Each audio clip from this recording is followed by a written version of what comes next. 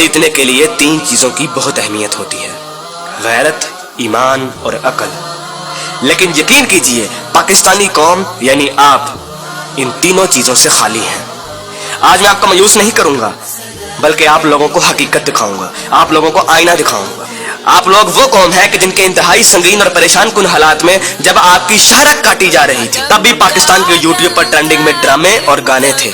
क्या गज़वा हिंद की पेशनगोई इस कौम के लिए की गई थी कि जिसकी 80% आबादी हराम खाती और कमाती है, जिनके पेट में हराम होता है, जिस कौम की 90% आबादी झूठ बोलती है, गाहक को चीज की खामियां और नुक्स बताए बगैर बेच देती है और इसको अक्लमंदी समझती है, जिस कौम की बेटियां टिकटॉक पर नाचती हैं और इस कौम के शाहीन उन्हें बड़ी खुशी से देखते हैं। और यही बेटियां और बेटे जब वालिदैन बनेंगे तो सिवाय नाचने वालों के और क्या पैदा करेंगे, और ये माएँ क्या तरबियत करेंगी। हकीकत तो ये है कि बेगैरत हिंदू और यहूदी नहीं, बेगैरत आप हैं, आप पाकिस्तानी बेगैरत हैं।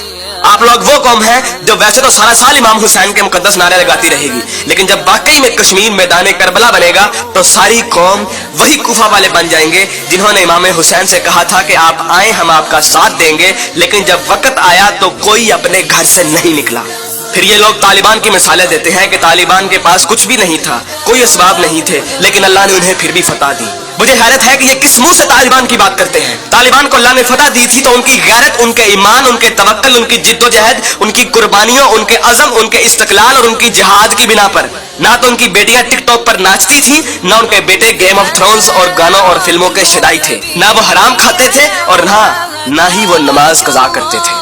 कश्मीरी तो बेवकूफ है कि उन्होंने इस कौम से सारी उम्मीदें लगाई हुई हैं, जिस कौम के नौजवान मुजाहिद भी हैं और मुफ्ती भी हैं, लेकिन सिर्फ फेसबुक, ट्विटर और इंस्टाग्राम के। बल्कि लोग नौजवानों को और इस यूथ को बहुत सराहते हैं, कहते हैं कि ये पाकिस्तान का एसेट है, लेकिन मैं ये कहता हूँ कि ये नौजवान लानत है। इस वक्त पाकिस्तान की तकरीबन तमाम यूनिवर्सिटीज फहाशी, फहशगोई, गलाजत, नशा, इश्क माशूकी का अड्डा बनी हुई है। इन नौजवानों ने इस्लाम का मजाक बना दिया है। इन्हीं नौजवानों ने मॉडर्निज्म के नाम पे फहाशी और बेहयाई को रिवाज दिया है। हर लड़की आजकल टाइट्स पहन के फिरती है। इस्लाम और तहजीब का कोई नामो निशान ना यूनिवर्सिटीज में है ना कॉलेजेस में। आज के लड़के गर्लफ्रेंड बनाने और लड़कियां बॉयफ्रेंड बनाने को फखर समझती हैं। इन्हीं नौजवानों में चर्स और सिगरेट एक फैशन बन चुका है। हॉलीवुड के गाने और फिल्में और खुसूसी तौर पे नेटफ्लिक्स आज फैशन, मॉडर्न और पढ़े लिखे होने की अलामत है। और फितने सिर्फ शहरी इलाकों में ही नहीं, देहात में अक्सर मसाजिद खाली पड़ी रहती हैं। बमुश्किल किसी मस्जिद में एक सफ से ज्यादा नमाजी होते हैं। और झूठ, शरीकेबाजी, बदला और फसाद जितना देहात में होता है उतना तो शहरों में भी नहीं होता।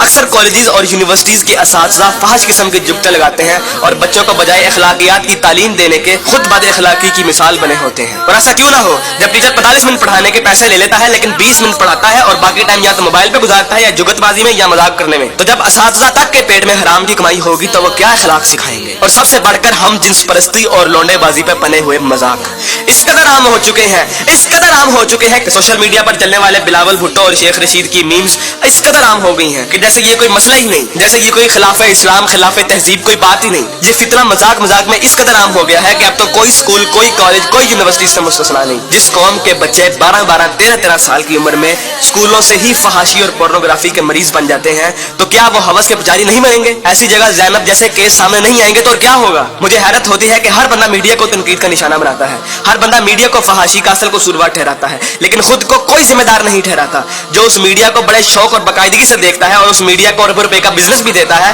बल्कि टीवी और गाने तो इस कौम के लिए आज ऑक्सीजन बन गए हैं। आप अभी किसी नाई की दुकान पर चले जाएं, किसी दर्जी की दुकान पर चले जाएं, हत्ता कि किसी चिंची रक्शे को देख लें, सब जगह गाने और मुजरे चल रहे होंगे। तकरीबन हर बंदे के व्हाट्सएप के स्टेटस पर या तो कोई टिकटॉक की वीडियो या फिर गाने लगे होंगे। और सबसे बढ़कर बेशर्मी और हराम इस कौम में इस कदर सराहियत कर गया है कि अब तो नातों को भी म्यूजिक के बगैर नहीं सुनते, नातों तक के अंदर म्यूजिक लगा दिया गया है। हमारी कौम का तो मजदूर और गरीब बंदा भी उतना ही खबीस है कि जितना अमीर। हर बंदा हराम खाता और कमाता है, फर्क सिर्फ ये है कि कोई ज्यादा खाता है और कोई कम। मुझे बताइए कि कितने मजदूर और कितने गरीब लोग आप मस्जिद में देखते हैं? किसी बाजार में चले जाएं, मर्दों से कई गुना ज्यादा औरतें नजर आएंगी। औरत अब बाजार की जीनत बन चुकी है। इस इस्लामी मुआशरे में आज तक किसी को कुरान तर्जुमे से पढ़ने की तौफीक नहीं हुई, और अगर कोई पढ़ता है तो सिर्फ अपने मतलब के दलाइल ढूंढने के लिए।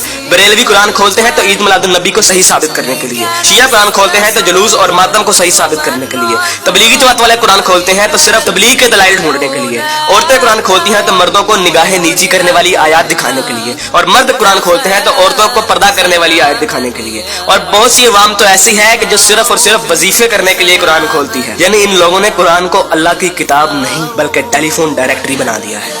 अपने मतलब का नंबर निकाला और डायरेक्टरी बंद। उलमा भी इन लोगों को कुछ नहीं कहते हैं। हर जुम्मे पे उलमा सिर्फ फजाइल की बातें करते हैं, कभी लोगों को ये नहीं कहते कि बेगैरती से कैसे बचा जा सकता है, बदगुमानी से कैसे बचा जा सकता है, झूठ से और फ्रॉड से कैसे बचा जा सकता है। उलमा भी लोगों को नहीं कहते कि कुरान तर्जुमे के साथ पढ़ो और सुनो कि तुम्हारा रब तुम्हें क्या कहता है। और यकीन कीजिए कि जब आप कुरान तर्जुमे के साथ पढ़ेंगे तो आपको अंदाजा होगा कि एक बार सुभान अल्लाह या 100 बार कलमा पढ़ने से जन्नत नहीं मिलनी। अमल करना पड़ता है, अमल। लेकिन हमारे मीठे मीठे उलमा और मुबल्लिग सिर्फ और सिर्फ मोहब्बतें बांटने पर जन्नतों का वीजा दे देते हैं। जिस मुल्क में दुनिया में सबसे ज्यादा ईद मिलादुन नबी मनाई जाती हो, मुहर्रम के जुलूस निकलते हो, तबलीगी जमात वाले तबलीग करते हो, वही मुल्क दुनिया में करप्शन और झूठ और हराम कमाने में सबसे आगे है। तुम लोग कुर्बानी के लिए जानवर भी लेते हो तो सिर्फ लोगों को दिखाने के लिए, अपना स्टेटस कायम करने के लिए। यकीन कीजिए असल गद्दार आप हैं। कायदे आजम अल्लामा इकबाल और 50 लाख शहदा के लहू से गद्दारी की है आपने, पाकिस्तान से गद्दारी की है आपने, और सबसे बढ़कर अल्लाह और उसके रसूल से गद्दारी की है आपने। ग़ज़वा उहद में जब सहाबा ने हुज़ूर अकरम सल्लल्लाहु अलैहि वसल्लम की एक छोटी सी नाफरमानी की थी तो उस छोटी सी नाफरमानी की बिना पर अल्लाह ने मुसलमानों को बहुत बड़ी शिकस्त दी। हालांकि वो सहाबा थे और अल्लाह के रसूल भी उनमें मौजूद थे।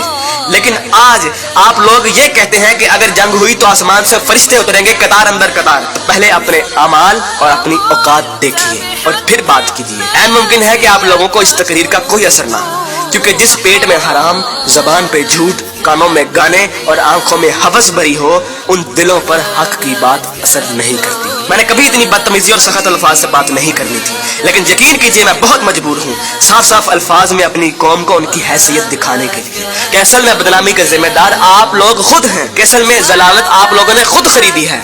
ना तो आप कुरान के मोमिन हैं, ना इकबाल के शाहीन।